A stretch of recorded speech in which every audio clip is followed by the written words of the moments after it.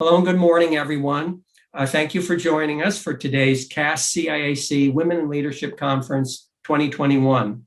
I'm Bill Silva. I'm the Associate Executive Director at the Connecticut Association of Schools, and I'm joined by my CAS-CIAC colleagues, Cherise Miller Odukwe, Director of Student Activities, Henry Rondon, Assistant Director, and Aaron Guarino, Assistant Marketing Director. We're pleased to have so many of you signing on for what I know will be an informative and inspirational morning with our 8 impressive and accomplished leaders. Before we begin, I want to thank our corporate partners, Buffalo Wild Wings, the Connecticut Army National Guard, the Connecticut Department of Public Health, Connecticut Lighting Centers, Horace Mann, Jostens, Liberty Bank, and Pullman and Comley LLC for their ongoing support of CAS-CIAC and our programs. And now I want to introduce our moderator for this morning's conference. We're so pleased to have Melinda Liu, a student at Amity Regional High School in Woodbridge, Connecticut. She's close to finishing her sophomore year at Amity. And Melinda is a representative on the CAS-CIAC Student Equity Advisory Board, which has done terrific work this year and is working towards presentation at the end of the year. And I'll have Cherise tell us at the end how folks can view that. So welcome, Melinda. Thank you for moderating today's Women in Leadership Conference. I'm now going to turn the presentation over to you. So hello, everybody, and welcome to this year's Women in Leadership Conference. So for the first 45 minutes, we will be starting with the Leaders in Education and Healthcare panel. And then for the second 45 minutes, we'll be talking with the Leaders in Athletics panel. So first, for our first panel for the Leaders in Education and Healthcare, I'd like to introduce Dr. Kiku Jones, who is the Associate Professor of Computer Information Systems and co-director of the People's United Center for Women and Business at Quinnipiac University. And we also have Dr. Madeline Negron, who is the Chief of Academics, Learning, Teaching, and Student Supports at the Hartford Public Schools. And we also have Dr. Chloma Odukwe Enu, who is a podiatric surgery specialist at the Associated Podiatrists of Fairfield and North Haven. And we also have Dr. Deirdra Preis, who is the Assistant Professor of Educational Leadership at Sacred Heart University. So welcome, everybody. And just to start off, could everybody just introduce themselves one more time and kind of give a background on how you started in this field of education and healthcare? And we'll start with Dr. Kiku Jones. Good morning, everyone. Thank you for that great introduction, Melinda. So as she said, I am Dr. Kiku Jones, and I'm at Quinnipiac University. And Associate Professor in CIS, Co-Director of the PUC-WB, as I'll call it. So I started in higher education several years ago. I have that corporate experience as well as higher ed. Definitely wanted to be in the classroom, so that was always my goal. I did start out in consulting, and I always wanted to get that corporate experience before I headed into the classroom. That was always something that I knew I wanted when I was getting my my undergraduate degree. Those professors that had that corporate experience were always the ones that always inspired me. I always had that really great draw to. So it was something that I wanted to bring to the classroom as well. So I made a point to, really seek out those leadership experiences, seek out those positions that I could get before going out and getting my PhD. And so that kind of, brought me to the place where I am. But I definitely wanted to get into the classroom. So that's kind of, what built me up to this place here. Diversity, equity, and inclusion is extremely important to me. So I was very fortunate in being asked to be the co-director for the People's United Center for Women in Business. And when I got that opportunity, I knew that this was something that I wanted to step into, to give me that ability to be able to speak into and to make steps towards institutional change and systemic change. So this was definitely opportunities that I was excited to be a part of, and wanted to make sure that I I took a hold of. That sounds really amazing. And I think it's really inspiring to to other people who are seeking kind of leadership opportunities, even in high school or in the college level. So now we're going to move on to Dr. Madeline Negron. Could you just introduce yourself and how you got into leadership? Good morning, everybody. Madeline Negron, thank you again for the invitation to serve with this amazing panel of women leaders. I do want to take a moment to kind of just share quickly my screen. So again, I am the Chief of Academics, Teaching, Learning, and Student Supports with the Hartford Public Schools. I also want to share with you that I am the co-founder of the Connecticut Association of Latino Administrators and Superintendents, CALAS. And that's just my title. I really want to tell you about who I am and how it is that I ended up in this role of leadership. So I am the proud daughter of Rosa and Pepe, who you see here, my parents, a couple who left the island of Puerto Rico to come to Connecticut in search of better opportunities for the four of us. So here you see my brothers, and I'm the only girl in the family. I am a first generation college student of parents that did not even make it to high school. My parents didn't even get to high school. I am the former middle school student who was pigeonholed by the low expectations of the educators in front of me. And a lot, I think, from my perspective, was the fact that I did not speak the English language. And at that point, it was like stereotypical that if you didn't speak the English language, you couldn't possibly be smart or intelligent or aspire to anything great. I am also the former high school student that was told by educators that I wouldn't amount to anything. And I share that with you to tell you, as young women, that I use all of that up, all of those low expectations surrounding me, to just bottle it all up. And that served as my driving force to break down all barriers and just prove them all wrong. So what have I done and how is it that I'm here? I went to UConn, put myself through college for the first 2 years as I worked a part-time job. When I could no longer afford UConn, I went to Central Connecticut State University because it was a little cheaper, graduated with my bachelor's in education, went back as a classroom teacher to that former middle school that I entered at the age of 10, where I told you that I was pigeonholed because I couldn't speak the language. So that was my first teaching experience. Later on, I became the assistant principal and the principal of that same middle school, where I sat in those classrooms. And later I went on to teach in New Britain for a little bit. Later went on to New Haven to teach at a high school, moved up to central office to become a director of instruction and director of early childhood. And I am now here as a chief academic officer in Hartford. And the reason I share that story with anyone who I meet is because I believe it is those experiences that give you some insight about the way I lead, right? All of those experiences have gotten me on this path around social justice. And it is because I am dedicated to getting to places where I can influence policy so I can change the way it is that we provide access to all of our students, particularly in Connecticut, and particularly to students of color. So I am very passionate about this work, and I am so excited to be here with you today, and again, share with this amazing panel.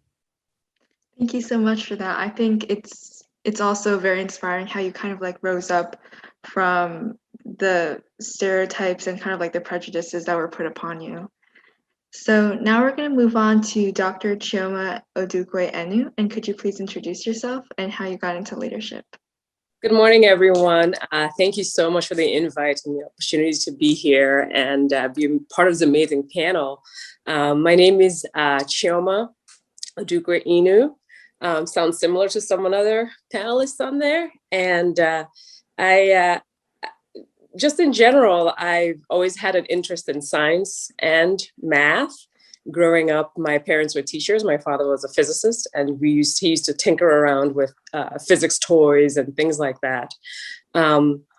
And, you know, I grew up in Nigeria, and I moved to the US right about age 14 or 15. I was the oldest of 5 children. And the expectation growing up was always that you would get a higher education. So it was never an option for me to not finish school. I think some advantage I had over wonderful Dr. Negron was Nigeria is an English-speaking country. So that part of the language barrier wasn't such an issue. It was more of a cultural barrier that we had to weather. But I continued high school here. Some of my academic work in Nigeria was actually far beyond the high school level here. So I ended up being that 15-year-old senior and went on to UConn, just like Dr. Negron. And I studied neurobiology in the hopes of becoming a doctor. And on the path there, of course, you get sidelined by music and opera and all the other things, but I kind of remained in line with knowing that this is what I wanted to do. I always wanted to be in healthcare. I always wanted to help and treat, people. And I continued to that path. Along the way, I got my master's in neuropsychology from Southern Connecticut State University in the hopes that somewhere in the future, I would test intelligence for, the CIA and other intelligence agencies and FBI.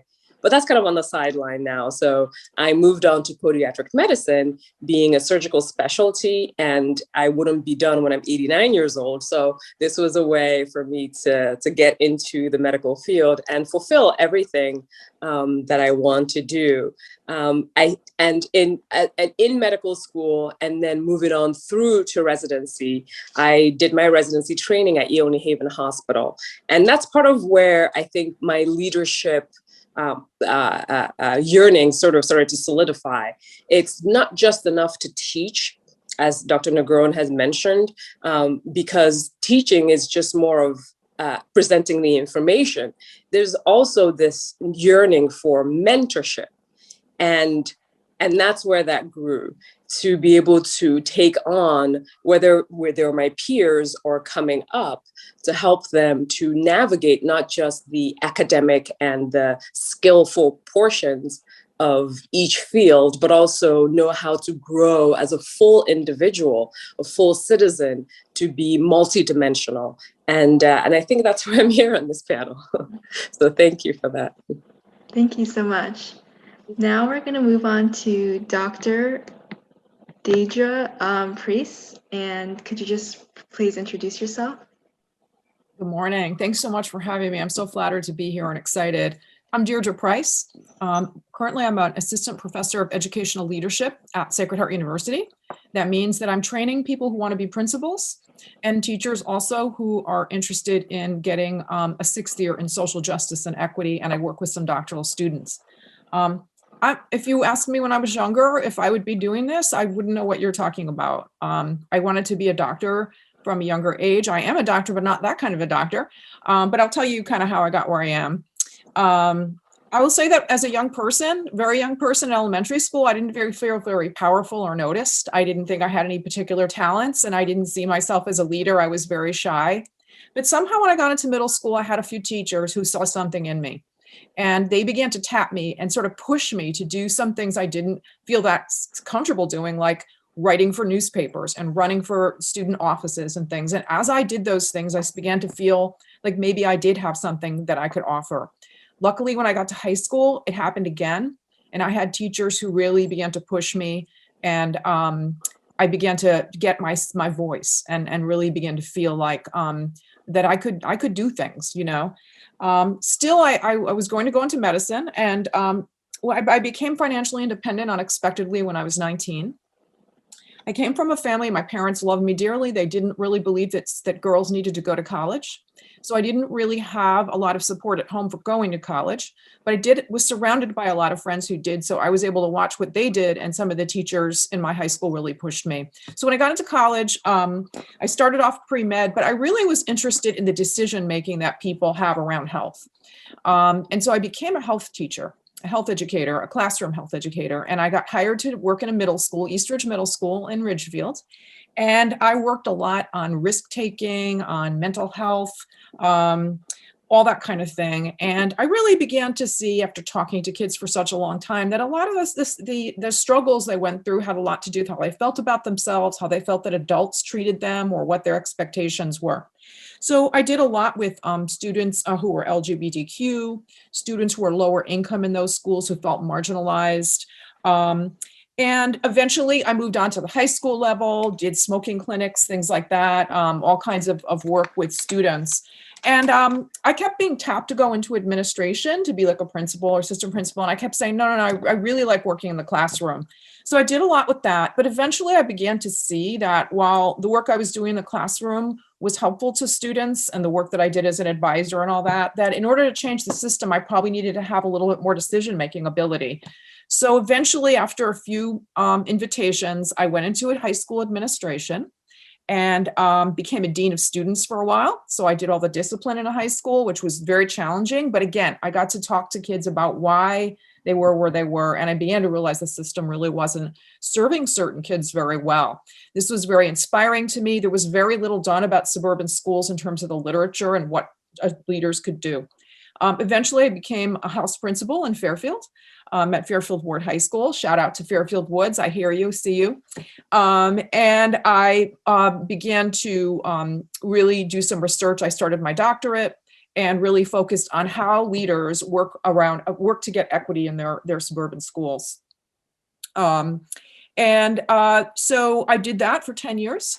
And we began an equity task force that was largely run by students. Students did professional development for the faculty. I've always believed that it's very important to hear from students and parents. A lot of times we may mean well, but not really understand what it is they are going through. Particularly if we're white, we may not understand what other people who are of different races are going through, or if we're affluent, what someone who may not have money. Again, we need to see how other people are experiencing things. So we did a lot of that. Our equity task force went nationally. The students spoke at conferences and things like that. I've always really been into working with students to help them to use their voice for change. Eventually, I decided to leave K-12 full-time. And I had an opportunity to join Sacred Heart University's Ed Leadership department. So now I'm doing that. I continue, though, to consult for schools, working with administrators and teachers on anti-racism and equity in general, social justice issues, and how to implement that in schools. And I also work with students like all of you to help you to use your voices to influence systems like schools and communities for social justice and equity. So that's where I am here. It's really exciting to work with all of you, and I look forward to hearing to the rest of y'all. Thank you so much for your wonderful kind of explanation. As you can see from all the introductions that we've kind of went through, we can see that all of these leaders on this panel are extremely qualified, and obviously for each person and each leader, they have different leadership styles. And I wanted to kind of ask you guys, what is your style of leadership, and what is your main guiding philosophy within your leadership style? So let's start with Dr. Jones. Thank you. After hearing everyone speak, it's really interesting because it seems like we all, have a bit of the story that kind of weaves together. And it's really nice to hear, that our backgrounds kind of collectively coming together. My leadership style is actually that of a servant leader. And a lot of the reason for that, I apologize. The reason for that is because of my experiences, that I've had, coming up, and I had a lot of issues coming up, growing up. I needed, all of the, issues with equity, and having somebody that would be supportive and helping me to, gain those things that I needed, is just that support of getting the next thing that I needed to do, all of the, whatever it is that I needed. So it was computers, whether it was that next bit of knowledge, the next bit of, things to get just the basic needs. So I needed to have that for my staff. And so I look for that, those opportunities for the people that I'm serving, my team.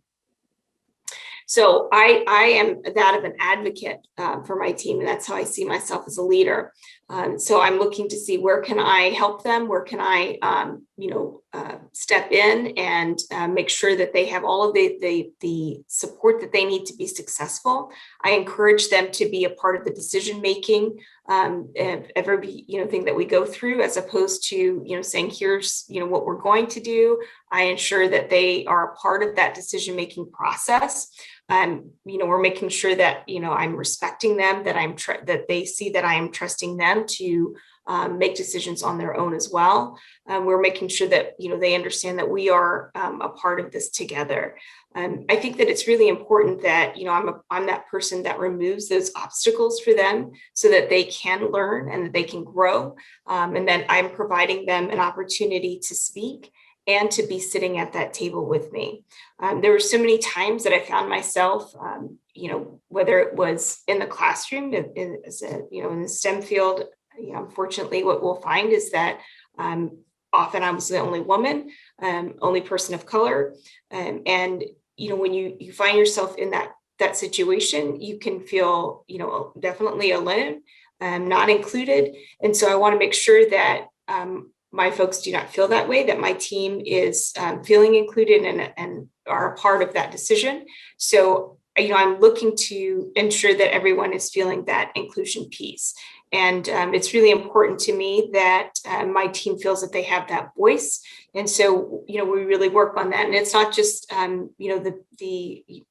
the People's United Center for Women in Business, but it's also in the classroom. So we're encouraging our students in the classroom to also, and that's why I was smiling so much when Dr. Preis was talking about using your voice, because that's one of the things that I speak about very heavily, is that my students need to use their voice, and also to be authentically them, because I don't want them to ever feel the need to change who they are. And that's, again, my team as well as my students. It's important for them to come to the table just as they are. So I think that being a servant leader is the best way that I can do that, is to advocate for them and to remove those obstacles and help them to grow just as they are.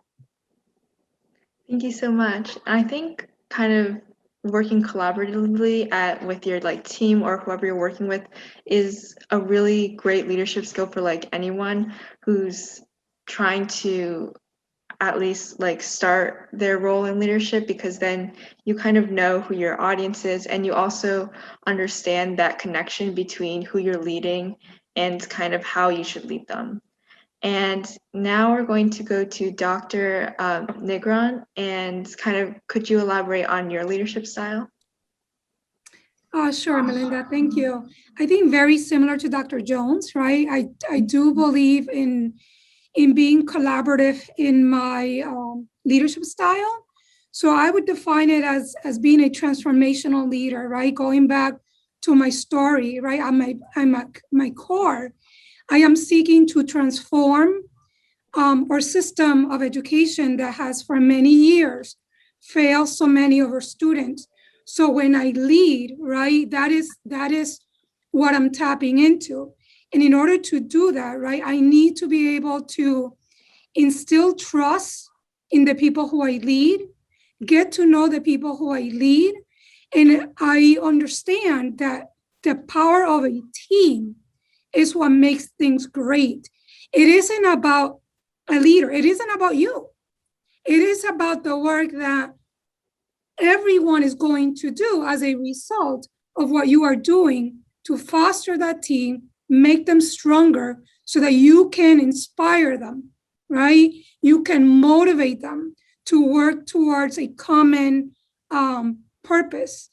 And I think for that, I think it's important that as a leader, I do have to hold a very optimistic view of the future, right? Because if I'm trying to transform it, I can't get stuck, right? I could easily go back and get stuck on my own personal experiences and be like, wow, this was all horrible, right? I could have taken the easy way out.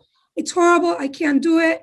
People tell me it cannot be done, but it's about always thinking, yes, it can be done. It's about continuing to explore and surrounding yourself with people that bring in different talents other than yours. So again, as a team, you create that forceful coalition that's going to create the change. So for those reasons, again, I just want to re-stress, I believe in believing in people, believing that everyone has talents. And even when I speak to teachers and I say, every kid that's in your classroom, find the time to get to know his or her talent. They'll have it. Tap into that to then begin that journey of growth, right? And I believe that between that and respecting people, honoring people for the work that they do, while at the same time holding people accountable. I believe in high expectations. It doesn't mean that, yes, we're going to be a team and all collaborative and democratic. There's work to get done, and I'm going to push, right? I'm going to push because at the end of the day, it is children, families, that if we don't change our ways, we will continue to fail. So again, sum it up, I do consider myself a transformational leader. Thank you so much. I think like having different perspectives on leadership and seeing how they all come together is something really powerful to kind of inspire people who are thinking about being leaders to kind of how they can go about their path of being leaders and developing their skills. So next, I'd like to move on to Dr. Enu, and kind of could you elaborate also on your leadership style? Yes, Melinda.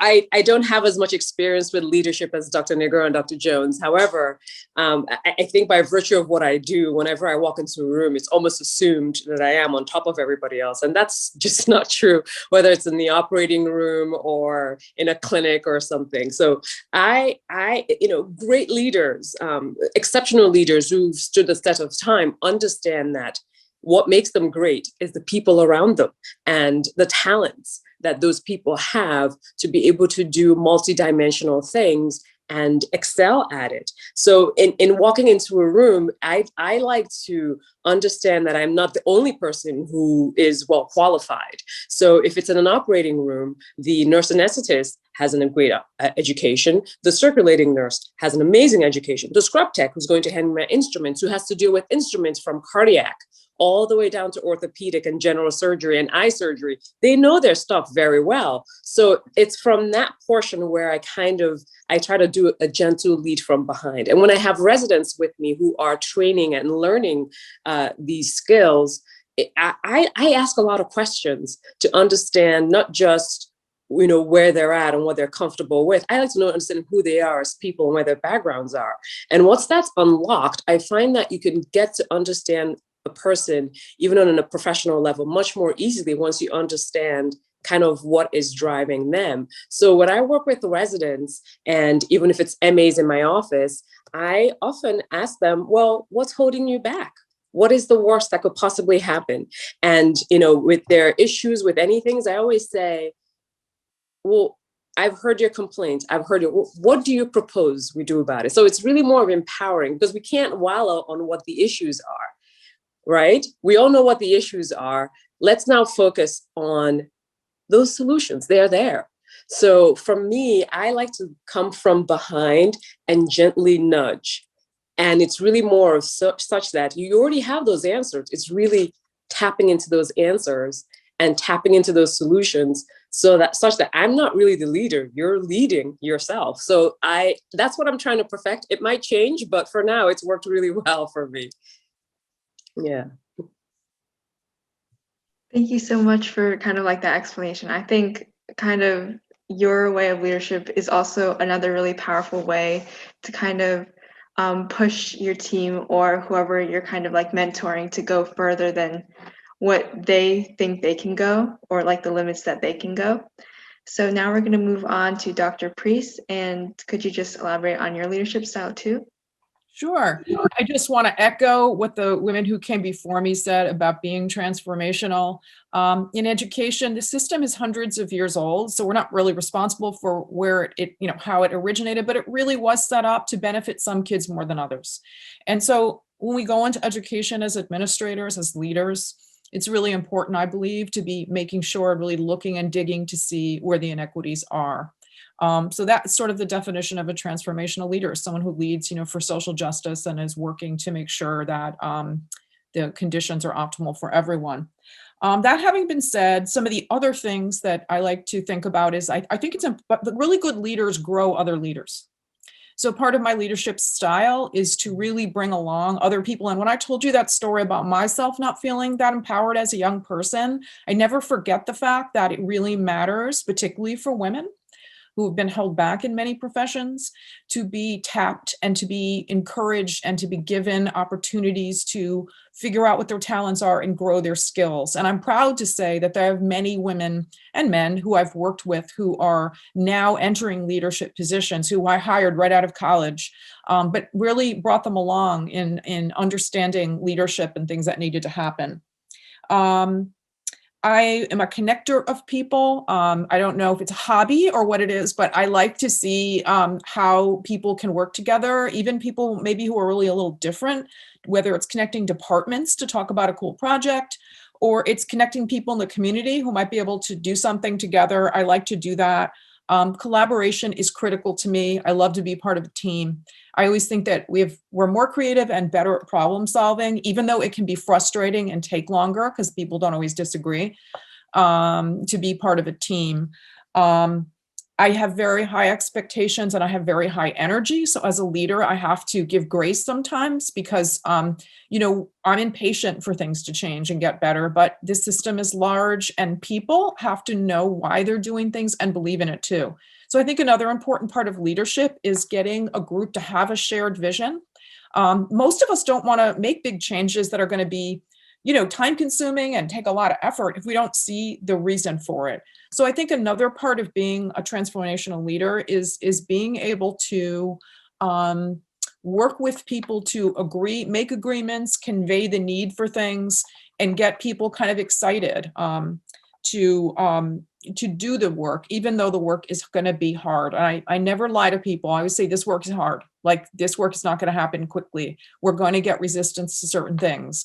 How do we handle that? How do we feel about it? How do we take care of ourselves as leaders so that we can continue to do the work and not get, like Dr. Negron was talking about, the importance of remaining optimistic. And that can be difficult sometimes in difficult situations.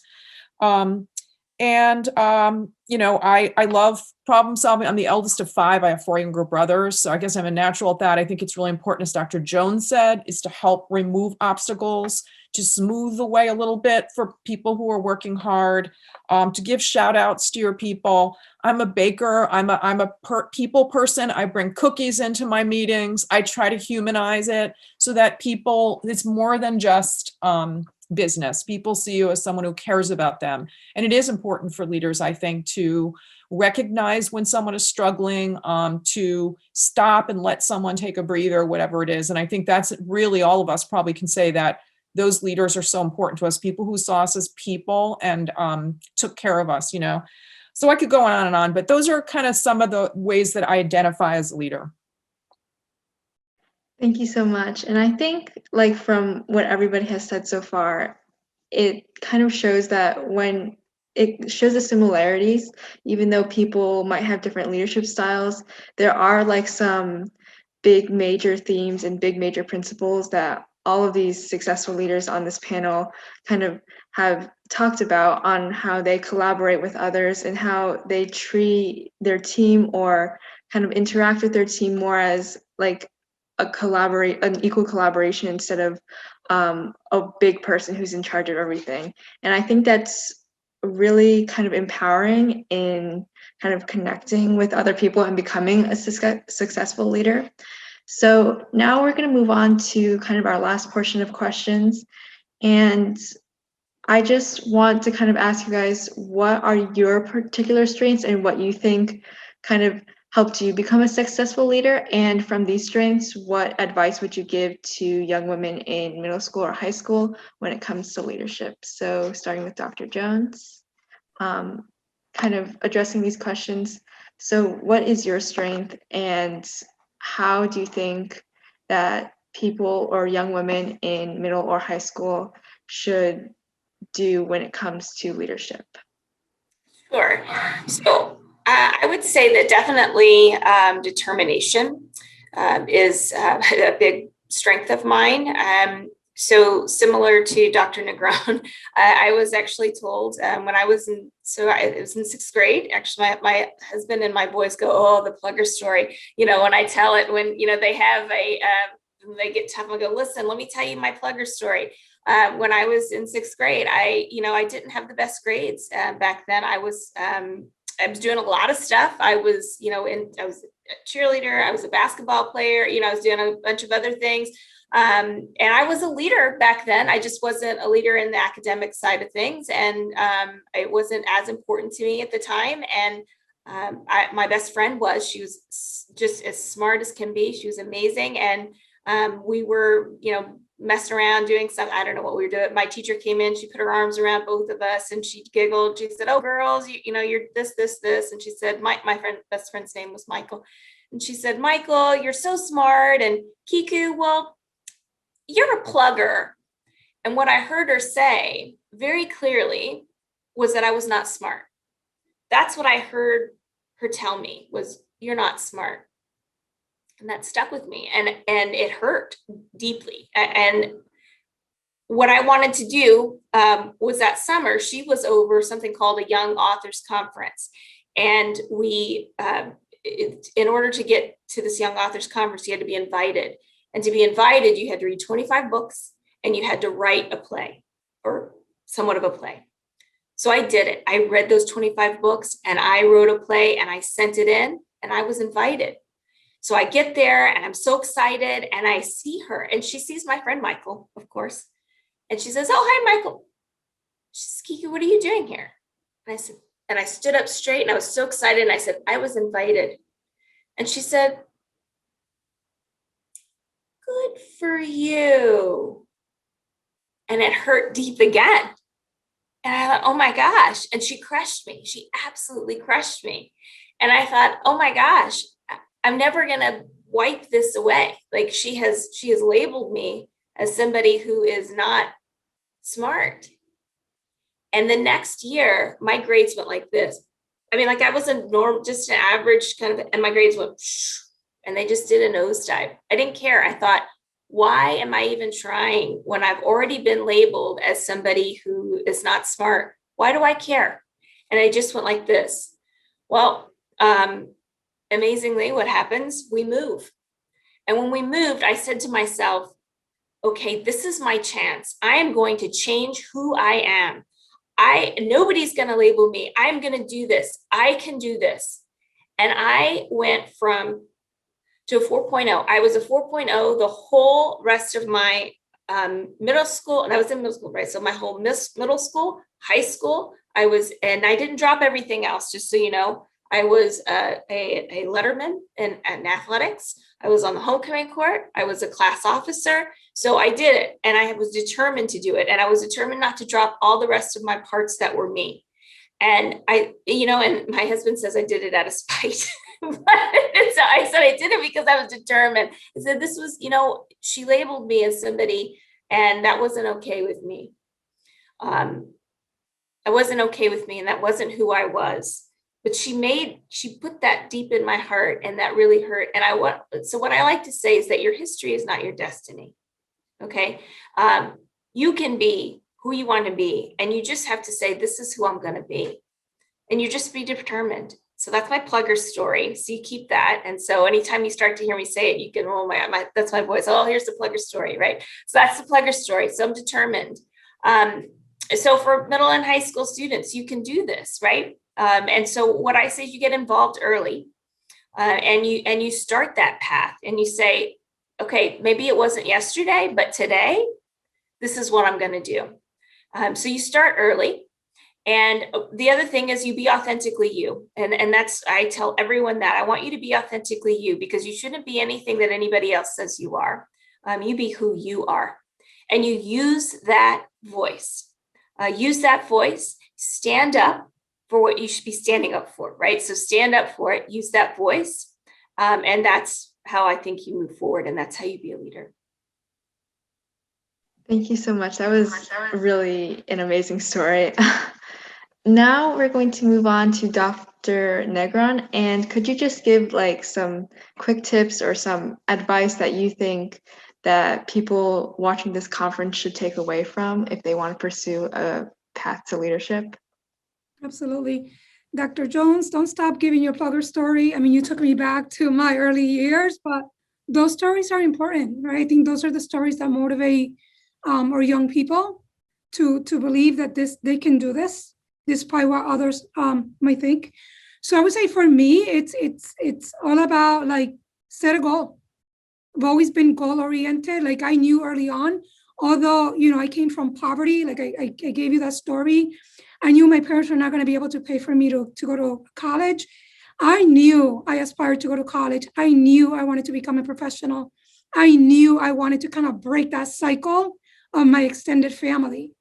And I just had a goal. I said, you know what? I'll figure it out how I'm going to get there. But that was my goal. And when all these pressures were coming on and people saying, who are you kidding? Like, you're not good enough. I stayed focused on my goal, right? So I would say, set a goal, stick to your goal. Forget everybody else, right? So have clarity around where you're going. Second, I would say that you have to be very reflective. I think that is one of my strengths.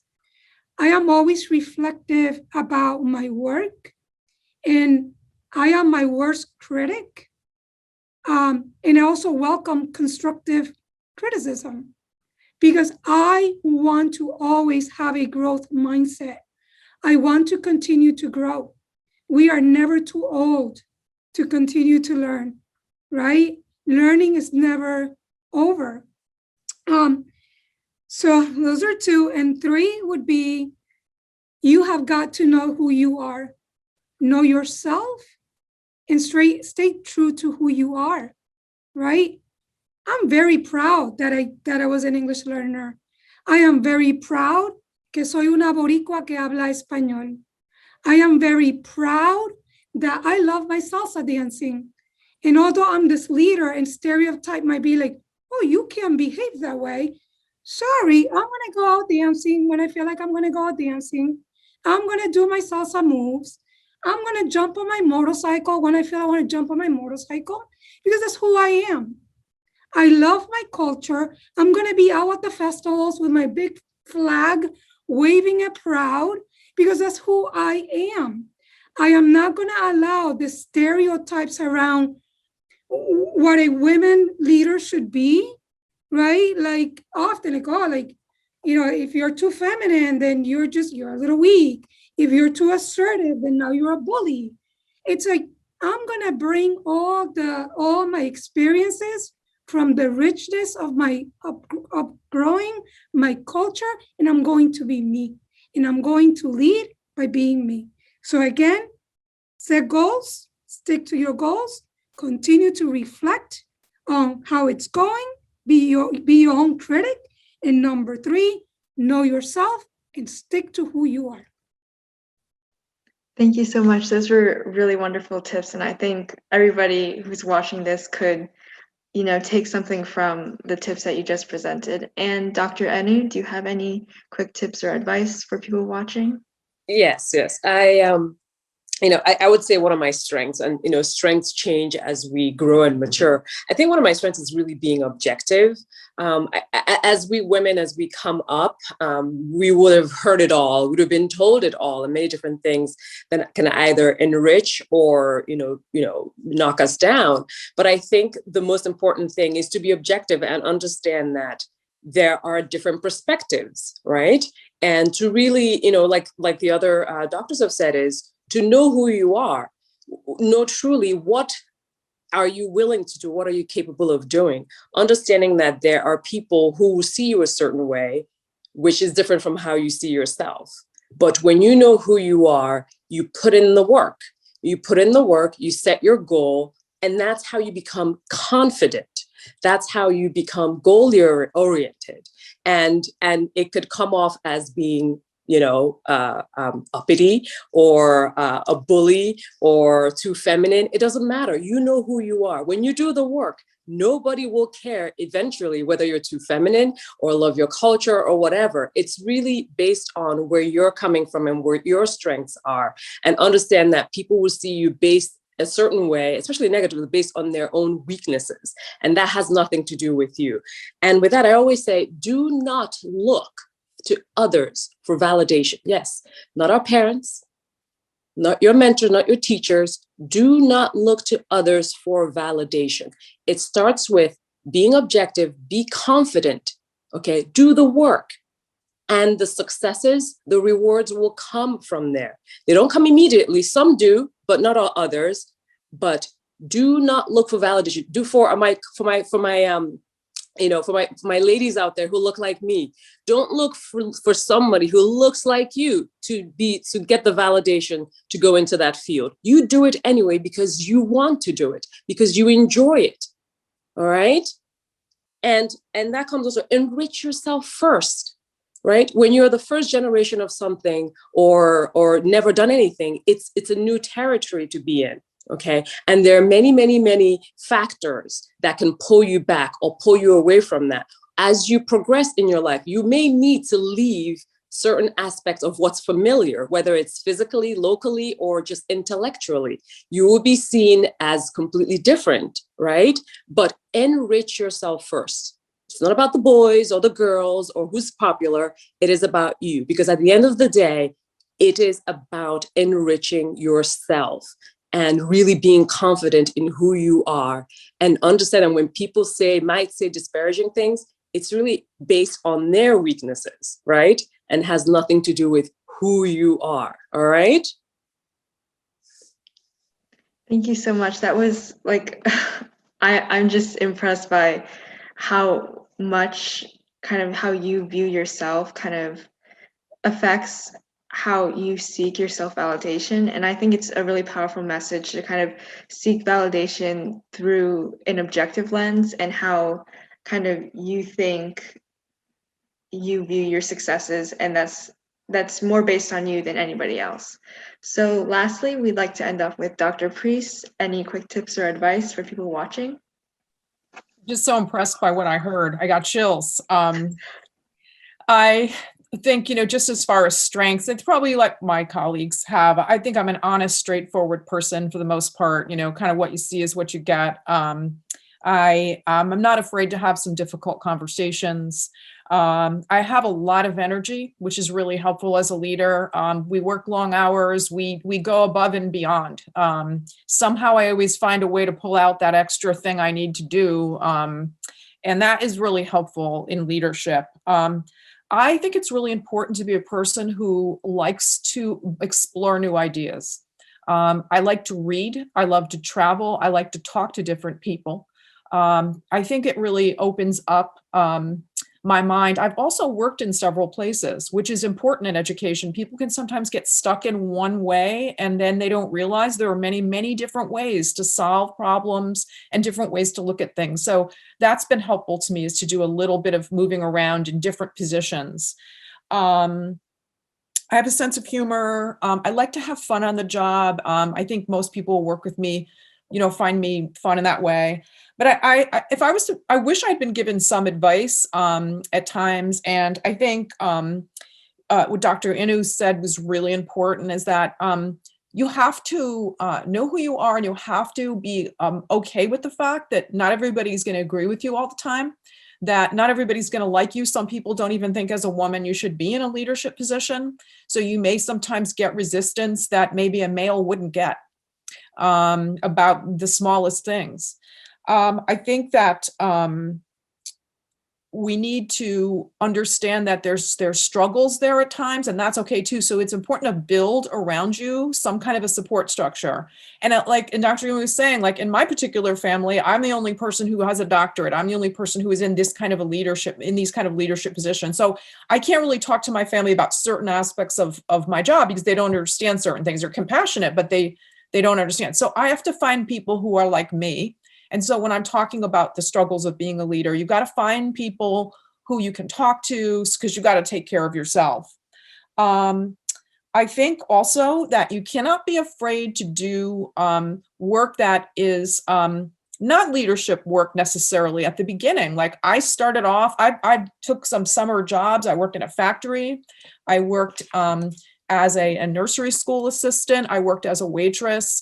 All of those jobs were important in getting me to where I am now. They got me through college.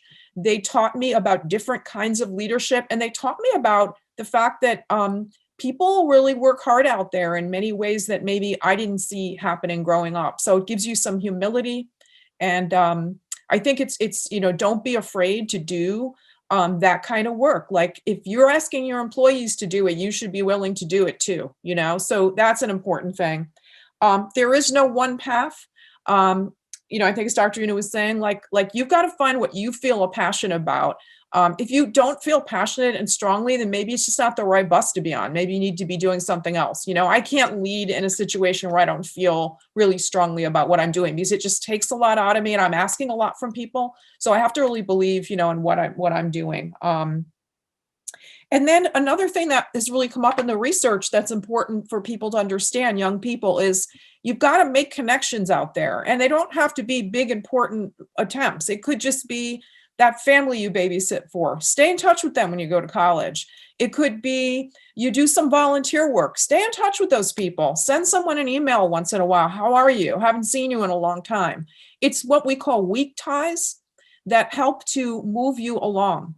So don't be afraid to even reach out to someone you don't know and say, I really admire your work and I wonder if you have a few minutes to talk about it. I've done this with people and people have been gracious with me. And it is really helpful and inspiring. And it's amazing how much people want to help each other. So build those weak ties through all kinds of ways. So those are just a few suggestions I have for young activists like you who are moving on. Thank you so much. That was wonderful. And I think everything that everybody has said in this session for the leaders in education and healthcare is truly amazing and truly inspiring for everybody watching this conference. And I think it really has inspired me and also probably a lot of people watching on how they can get started or continue on their journey as leaders. So now we're going to be moving on to our Leaders in Athletics panel. So first, I'd like to introduce Mrs. Elisha DeJesus, and she is the Director of Athletics, Student Activities, Physical Education, and Health for the Middletown Public Schools.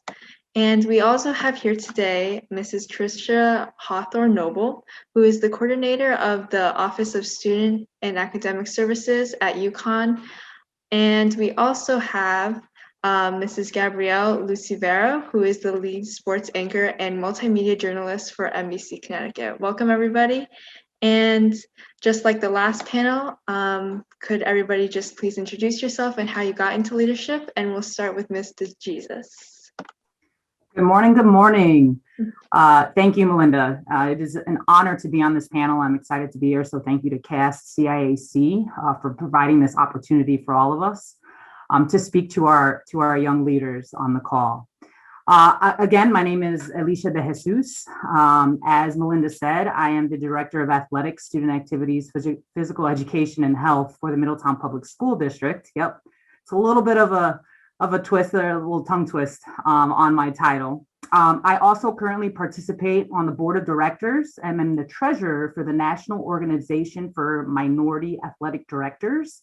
I'm a member of the National Interscholastic Athletic Administrators Association, the NIAAA Diversity, Equity, and Inclusion Ad Hoc Committee, and a member of the Central Connecticut Conference Racial Equity Justice Committee. So as you can see, I am very passionate about equity in athletics and education. and really helping and hoping to help create inclusive spaces for athletic directors across the country. So I'm going to do a little something different. I want to get a little interaction from our viewers today. So if anybody can put in the chat or just put a number in the chat of how many women at the national level are athletic directors, a percentage. There are close to 11,000 members of National Interclass Athletic Administrators in the United States. What percentage do you think are women? Just throw it out there in the chat. Don't be shy. I got 13%. Okay, 15%. Now they're coming through. All right. Close. Yep. 5%, 20%. There are 17% of athletic administrators nationally in interscholastic, so high school athletics, that are women. So I just kind of wanted to just throw that number out there, just kind of think about it, and just let you know that I am super excited to be on this panel, this being a woman in leadership. So I'm going to actually share my screen. I'm going to kind of do something similar to Dr. Negron. So this is me. This is my social location. Now, social location is where we are socially located in society and the lens we use to define, explain, and understand the world we live in. My social location represents my intersectionalities within society. I grew up in East Hartford, Connecticut. I went to East Hartford Public Schools. I'm a graduate, 1999 graduate of East Hartford High School. My family, also to note as far as my path to leadership, both my parents are like Dr. Negron, from the beautiful island of Puerto Rico. And it's important to note both my parents, both of them were recruited from the Hartford public school system after they graduated from the University of Puerto Rico to become bilingual teachers in Hartford back in the 1970s. My mom was 21 years old when she left the island to go to Hartford, Connecticut, and start teaching on a salary of about $8,000 a year. So they both played sports in college. My dad was a baseball player. My mom was a basketball and softball player. My mom was one of the trailblazers after Title IX in Puerto Rico to be one of the first women to play at the collegiate level. It's also, I want to note that both my parents, again, are educators. They were educators. They retired from education in Hartford. My dad was a principal at MD Fox Elementary School, and my mom was a kindergarten teacher for 35 years. She taught at Barnard Brown Elementary School, which is now where Capital Prep is in Hartford. Also to note, my brother is currently an assistant principal at CREC, Academy of Aerospace and Engineering, for the grades 6 through 8. So it kind of runs deep in my family, right? Education is definitely deep in my family, as well as sports. Growing up in my family, my family instilled in me the importance of working hard and what that actually meant. I saw the positive impact my parents had on their students, that they taught, and the difference they were making. And I knew I was destined to try to do the same. I played soccer, softball, basketball growing up, and eventually sticking with soccer and basketball in high school. I knew I wanted to be a phys ed teacher once I got to high school. I wanted to follow in my father's footsteps. He got his undergrad in physical education and then went on to be an assistant principal and then went on to be a principal. I was lucky enough and blessed to attend Marist College in Poughkeepsie, New York on a full basketball scholarship where I got my BA in psychology and elementary education. After that, I was fortunate enough to be able to play professionally in Puerto Rico for 3 years. When I came back, I got my physical education, my Master's of Science in Physical Education from CCSU. And then I went on and got my Master's of Science in Educational Leadership from the University of New England. Throughout this, I became a phys ed teacher in upstate New York. I coached basketball, softball. I coached boys and girls basketball and softball. And then I came home to Hartford and continued teaching in Hartford, and then eventually was fortunate enough to get the position as the director of athletics for Middletown Public Schools. There was a lot of interviews that I went through, a lot of failures, to be just completely transparent. We had to push. I had to continue to, every interview that I went on, it was an experience, and I learned from it. And I continued, and I was able, when I got the position in Middletown, I knew that this was where I wanted to be, and I wanted to try to make a difference. So the skills I learned through sport, time management, being a team player, sacrificing yourself for the good of the team, the true meaning of competing and working hard shaped me into the person I am today, shaped me into the leader that I am today. And it's because of this structure that I'm sitting here with all of you. So thank you again for the opportunity. I'm excited to hear everyone else. Thank you so much. That was an amazing introduction to yourself. And now we're going to move on to Mrs. Hawthorne-Noble. And could you please introduce yourself and how you got into leadership?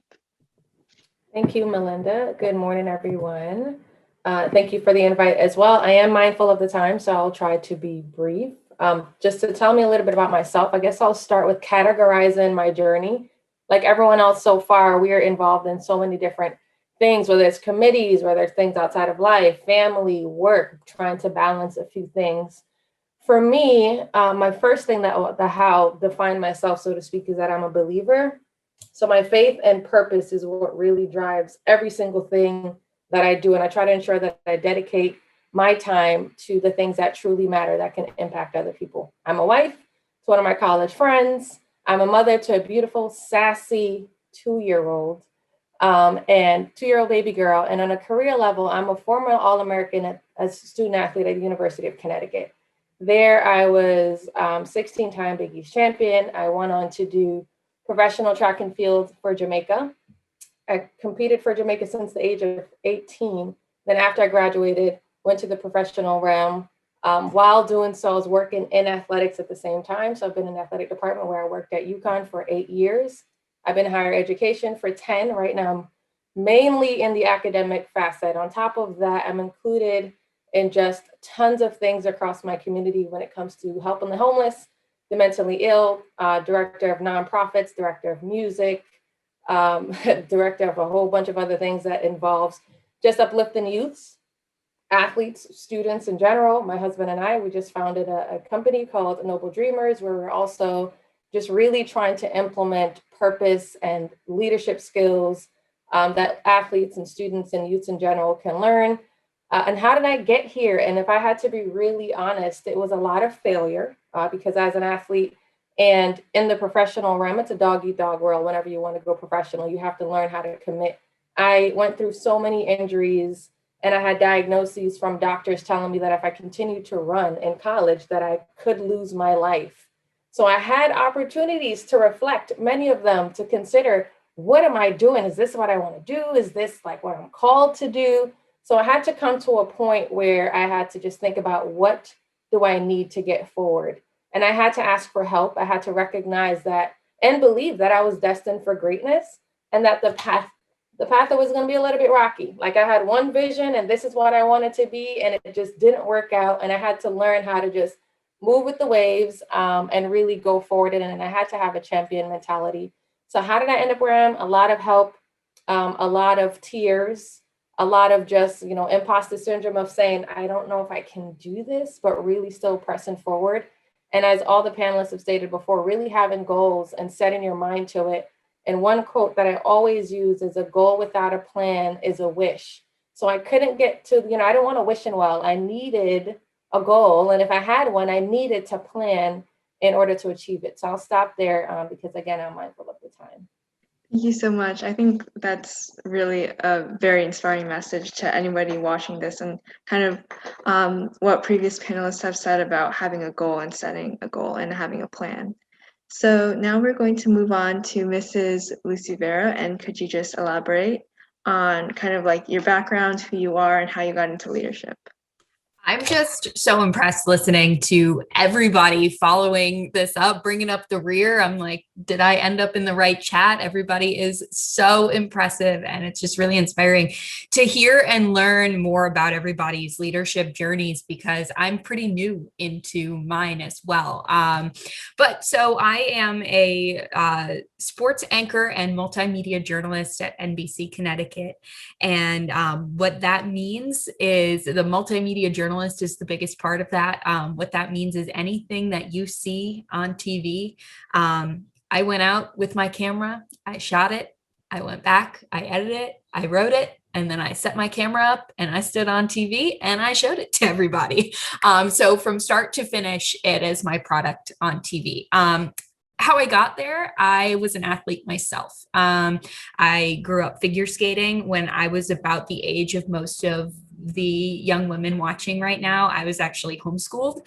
I was a competitive figure skater. So I grew up spending all my time in an ice rink. At 12, 13 years old, it was my responsibility to get my schoolwork done. I had a syllabus, much like you'll see in college. And I would just make sure that I was hitting my tasks in between skating sessions. And I did that for 3 years. Eventually, I ended up having to make a really hard decision as a 15-year-old and say, what's next for me? Is it the Olympics? Or do I need to focus on college? And that's a crazy decision to be making at 15 years old. And I realized that it was time to start thinking about what my future was going to be outside of figure skating. But I've always kept that competitive aspect. And now I say I landed in the figure skating of careers, because you have 2 minutes on camera. If you fall down, the camera's still on you. You got to get back up. You got to keep talking. And so it was this very weird natural transition into broadcasting and just what it's like to perform and carry a lot of those same kind of ideals into broadcasting that I learned as a young athlete as well. So that's kind of how I ended up here. It took a lot of hard work, and being in the broadcasting industry is not easy. So figuring out how to achieve that goal was definitely something that I had to work a lot on. I had to move away from home. I had to go and cut my teeth somewhere else before I was able to get back to New England, which I'm from Massachusetts. I went to Boston University, which is where I fell in love with the idea of being a sports broadcaster, because it was just such a great sports town. And yeah, I think that's kind of my origin story of how I landed in this career. That's kind of crazy. Thank you so much for kind of like expanding on how you got here and kind of what led you into this field. So now, because of time, we're going to kind of like combine some of the questions from earlier. So what do you view as your strengths as a leader? And do you have any like advice or anything that you wish you had heard when you were trying to become a leader in your field? So we're going to start with Mrs. De Jesus. So could you just expand on this topic? Sure. I think, one of the things that we have to be mindful of and we have to let ground us is our why, right? We should have a reason why we do what we do. And I think, it's important for me, my why are my students, creating a space where they feel a sense of belonging, a sense of family. Where I can provide or help provide equitable opportunities so all my students, so all of our students can succeed in high school and in life.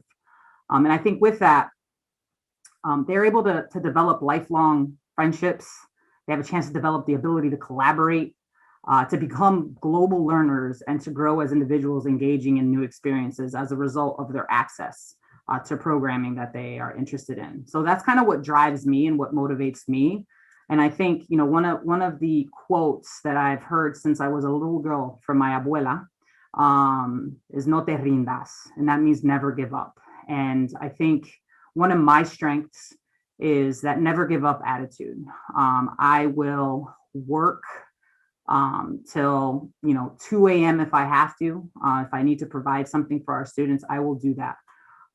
So work ethic, I'm a little bit of a perfectionist, which is not always a positive thing, but it definitely drives me to be as perfect as I can for our students, for all of our stakeholders. And I think, just combining that with advice to give to our young women that are leaders, that you're all leaders. I think, I believe it was Dr. Jones. She said, be authentic. That was my number one. Be authentic, be unapologetically you, and compete every day. Now, when I say compete, there is a difference between competing and working hard. And I saw a clip from Coach Kara Lawson. She is the Duke women's basketball coach. She provides these speeches that are like 5 minutes long before her practices that are very inspiring and empowering. And she talks about competing and work ethic.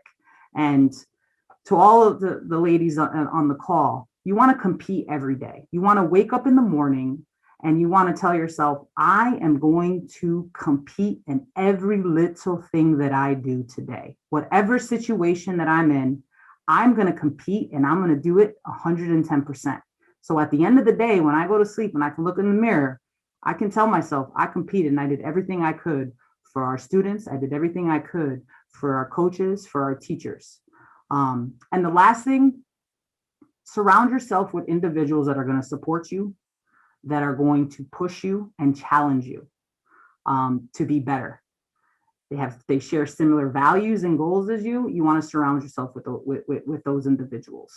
Control what you can control, and anything is possible. Thank you.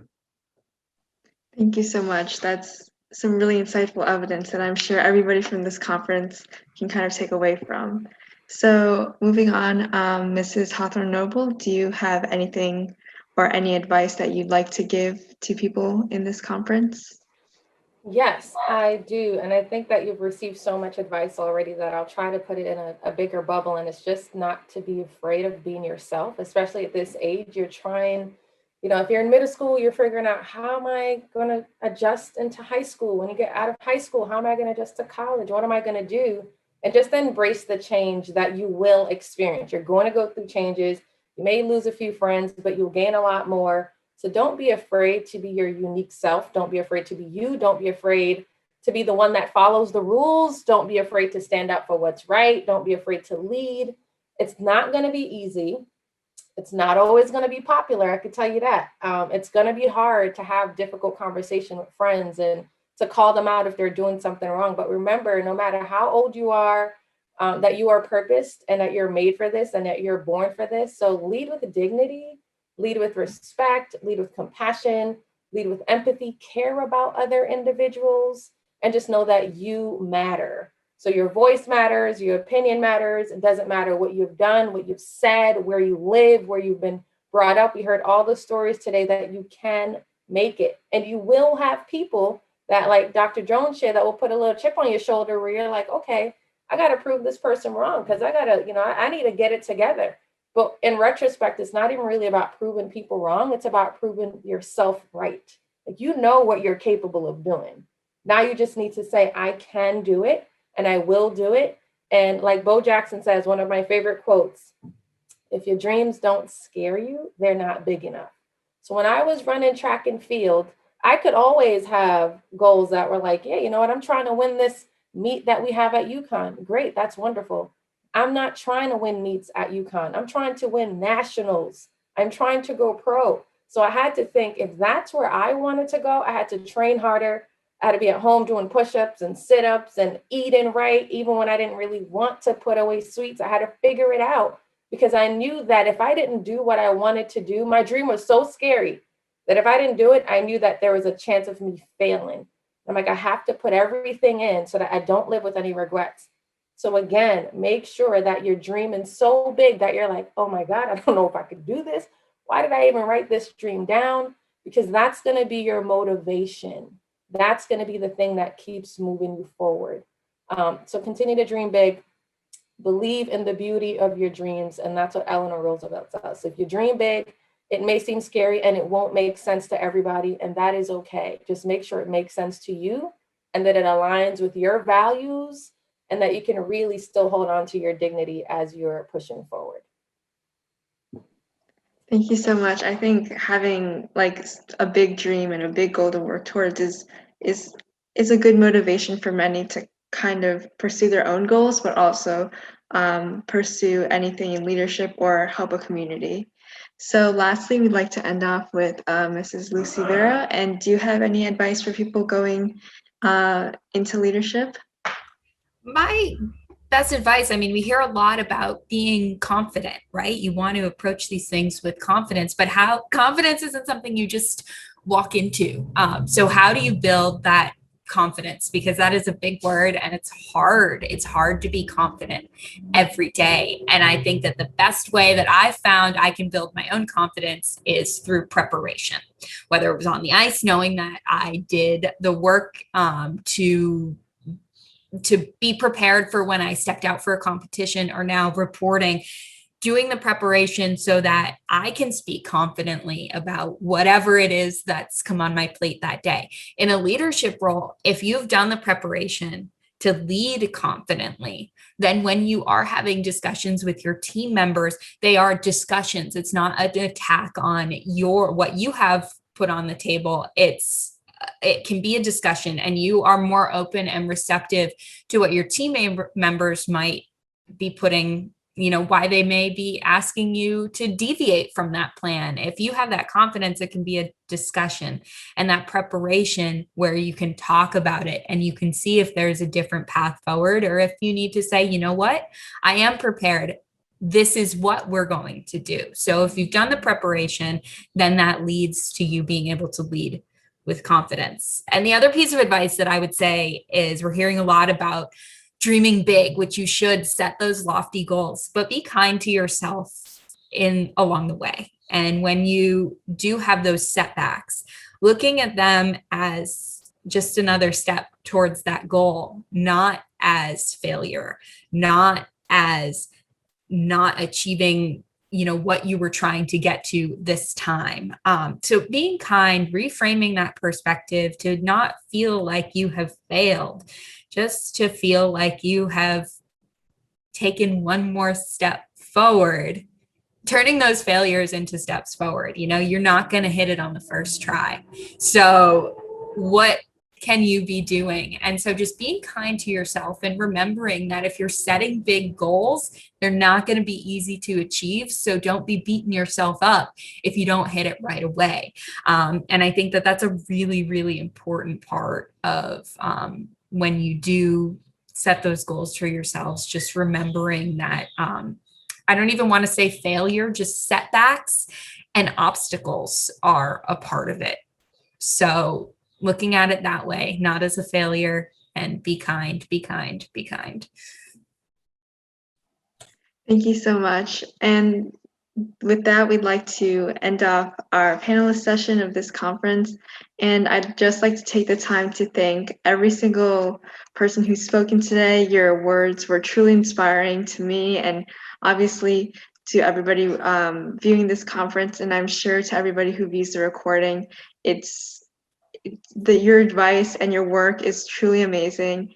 And if anybody else in the chat or anybody else in this conference has any other questions, feel free to put them in. Or if we don't have time to answer them, then you can email or contact the CAS-CIAC if you have any concerns regarding this. And with that, I'd like to turn it over to Mr. Silva. Thank you, Melinda. Terrific job of moderating, and just such impressive and powerful, inspirational words from all of our panelists. And the panelists were doing a great job of answering questions that were coming in on the Q&A during the course of the presentation. So if there are any additional questions, we have a couple minutes. If folks would like to ask anything. And I will simply just thank everybody, thank all our panelists, thank Melinda. The experiences and wisdom that you shared this morning, all of you, was just tremendous. I want to thank again CAS-CIAC's corporate partners, Buffalo Wild Wings, the Connecticut Army National Guard, Connecticut Department of Public Health, Connecticut Lighting Centers, Horace Mann, Jostens, Liberty Bank, and Pullman and Cumley LLC for their support. And I want to thank you in the audience, all of you young people and your teachers and advisors. Thank you for attending today. We know the example of the amazing leaders you have heard from today will inspire you towards achieving your own leadership goals, and based on the excellent advice and wisdom that they shared. I want to remind folks that the recording of the webinar today will be available in a few days. You'll receive notification when it's ready. For teachers, counselors, and administrators who may be listening, you may be interested in a webinar we're having on Thursday of this week, May 20th at 10 a.m. with presenters from Jane Doe No More, who will provide an overview of 6 program offerings for middle and high school students. These programs cover age-appropriate topics, including sexual respect, healthy relationships, consent, bystander intervention, and cyber and social media awareness. Visit our CAS-CIAC.org webpage for details on all CAS events and activities and registration information. Charisse, do you want to give a plug for the Student Equity Advisory Board presentation? Yes, thank you so much. I actually just put the link in the chat. You can find Melinda. You did an amazing job. Thank you so much. Thank you to all the panelists for taking the time to be here today. It has been such an inspiring morning. So thank you. You all can see Melinda again. She will be one of the about 40 members of our Student Equity Advisory Board who will be presenting on June 8th, their final presentation. So that link is in the chat. I'll put it again. It might have gotten a little lost.